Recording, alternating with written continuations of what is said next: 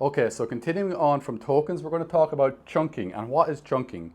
Well, basically, it's like an AI model breaking the knowledge or the prompts you're giving it. It's breaking that down into smaller chunks that the AI can actually handle.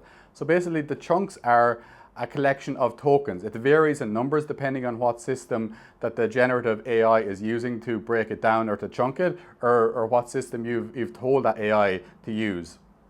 So there's different methods, but three of the more common methods are fixed size. So that you're basically, that AI is breaking down that knowledge or that prompt into 500 tokens or whatever number you say. Like, but say a common one might be 500 tokens per chunk. Now the thing with that is it's simple. It breaks it down simply, fast, and everything else.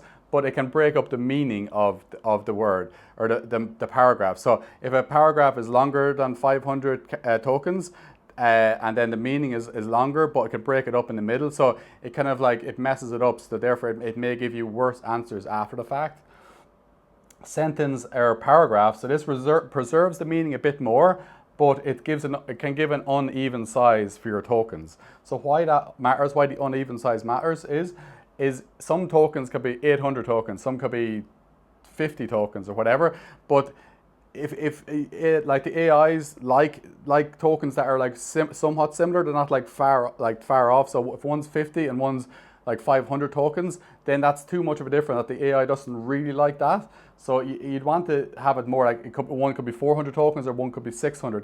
That's like an okay one. And then obviously the closer you have to, the more even you have, the better, while still preserving the meaning length of the sentence. So another one is semantic chunking. So this is probably the most highly relevant one, but the problem is it's a bit more complex. So oftentimes if you're doing your own chunking, you need to be more technical, or you need to have like a more technical developer to actually use these like more technical softwares to break it down.